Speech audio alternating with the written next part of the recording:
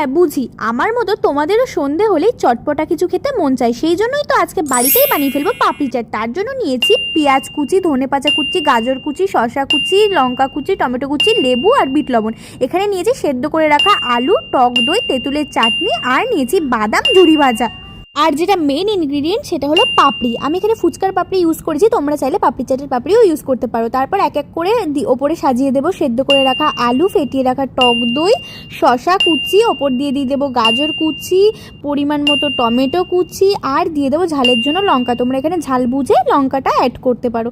তারপর দিয়ে দেবো পেঁয়াজ কুচি আর লেবুর রস। এই লেবুর রসটা দিলে না খুব সুন্দর একটা স্মেল হয়, যেটা খুব ভালো লাগে। তারপর দিয়ে দেবো তেঁতুলের চাটনি, আর তেঁতুলের চাটনি দিয়ে ওপর থেকে ছড়িয়ে দেবো ধনেপাতা কুচি, আর দিয়ে দেবো চাট মশলা। চাট মশলাটা দেওয়ার পর ছিটিয়ে দেবো বাদাম, লাস্টে দেবো ঝুরি ভাজা।